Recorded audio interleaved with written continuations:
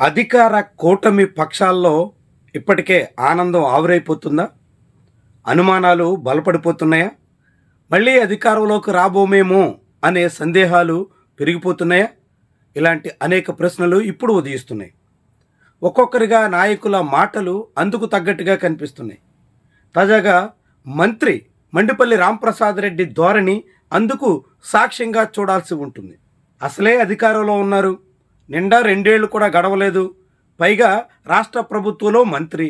ఎంత ధైర్యంగా ఉండాల్సి ఉంటుంది, ఎంత ధీమాగా సాగాలి. అలాంటి నాయకుడే తమకు మళ్ళీ గెలిచే అవకాశం లేదు అన్నట్టుగా చేతులెత్తేస్తున్నటువంటి వైనమే చాలామందిలో ఆశ్చర్యాన్ని కలిగిస్తోంది. అధికార తెలుగుదేశం పార్టీ నేతల్లో నిరాశ నిస్పృహ అలముకుంటుందా అనే ప్రశ్న ఉదయిస్తోంది.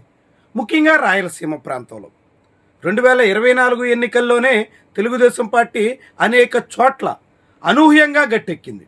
ఆ పార్టీ గెలుస్తుందని చివరికి సొంత పార్టీ శ్రేణులే నమ్మని చోట్ల కూడా భారీ విజయాలు దక్కించుకుంది. అలాంటి నియోజకవర్గాల్లో రాయచోటి, అదేవిధంగా ధర్మవరం, ఆదోని, ఇలా చాలా నియోజకవర్గాల పేర్లు చెప్పొచ్చు. ఈ నియోజకవర్గాల్లో ఇప్పుడు ప్రాతినిధ్యం వహిస్తున్నటువంటి నేతల్లో క్రమంగా విశ్వాసం సన్నగిల్లిపోతోంది. ఆ మాటలు మండిపల్లి రాంప్రసాద్ రెడ్డి బాహాటంగానే చెప్పుకొచ్చారు. ఇప్పటికిప్పుడు ఎన్నికలు జరిగితే తెలుగుదేశం పార్టీ గట్టిగా ఆశలు పెట్టుకోలేనటువంటి స్థితిలోకి మారిపోతుందా అనేటువంటి అభిప్రాయానికి వచ్చేలా ఆయన ధోరణి కనిపిస్తోంది. చాలా బూతుల్లో కనీసం కూడా తెలుగుదేశం పార్టీకి పట్టు లేదు అని మంత్రే చెప్పేస్తున్నటువంటి తరుణంలో ఇక రాయచోటి మీద టీడీపీ పూర్తిగా ఆశలు వదిలేసుకోవాల్సిన పరిస్థితి వచ్చేసిందని మనం కూడా చెప్పాల్సి ఉంటుంది. అక్కడి నుంచి ప్రాతినిధ్యం వహిస్తున్న మంత్రికే నమ్మకం లేనప్పుడు ఇక తెలుగుదేశం పార్టీ శ్రేణుల్లో నమ్మకం ఎలా, ఇక ఆ పార్టీకి ఓట్లు వేయాల్సినటువంటి ఓటర్లలో విశ్వాసం ఎలా అన్నది ప్రధాన ప్రశ్న. మొత్తంగా తెలుగుదేశం పార్టీకి కష్టకాలం అయితే దాపురిస్తుందనేటువంటి సంకేతాలు మండిపల్లి లాంటి వాళ్ళ మాటలను బట్టి మనకి అర్థం చేసుకోవాల్సిన అవసరం ఉంటుంది.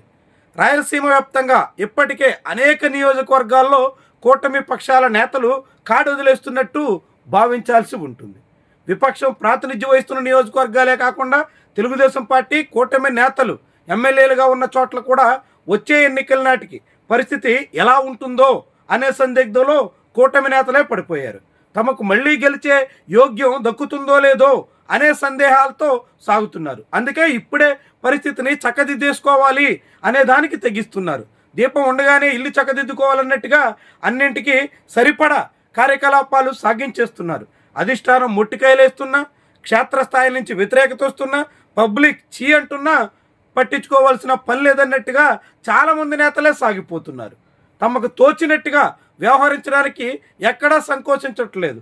ఇవన్నీ చూస్తుంటే వచ్చే ఎన్నికల నాటికి మళ్ళీ కూటమి పాగా వేయగలదన్న విశ్వాసం టీడీపీ ఇతర మిత్రపక్ష నేతల ముఖ్యమైనటువంటి వాళ్ళలోనే కొరబడినట్టుగా మనం భావించాల్సి ఉంటుంది. ఇలాంటి రాజకీయ పరిస్థితి ఎన్నడూ ఏ అధికార పార్టీ కూడా వచ్చి ఉండదని చెప్పాల్సి ఉంటుంది.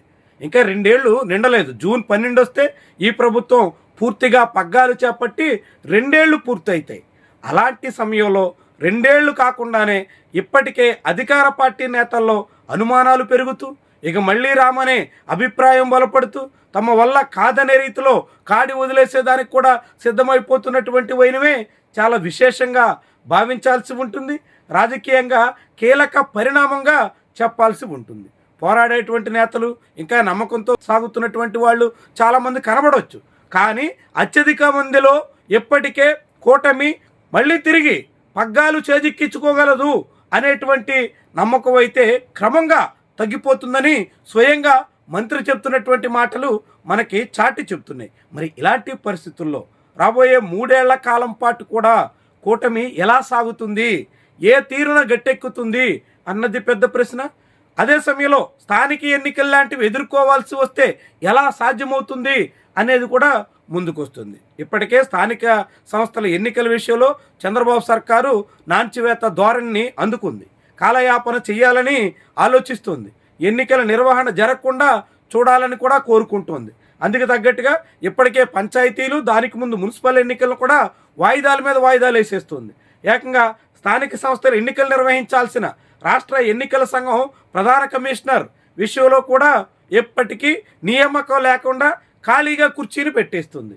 ఇలా ఎన్నికల నిర్వహణ విషయంలో కూటమి సర్కారు దాటవేసే ధోరణిలో ఉంది. ఈ తరుణంలో మరి రాబోయే రోజుల్లో కూటమి ఎలాంటి పరిస్థితులను ఎదుర్కోగలుగుతుంది, ఏ తీరున ముందుకు సాగగలుగుతుంది, మంత్రులే చేతులెత్తేస్తున్న నేపథ్యంలో చంద్రబాబుకి ఎలాంటి సవాళ్లు ఎదుర్కోవాల్సిన పరిస్థితి దాపురించబోతుంది. ఇవన్నీ కూడా ముఖ్యమైనటువంటి ప్రశ్నలు.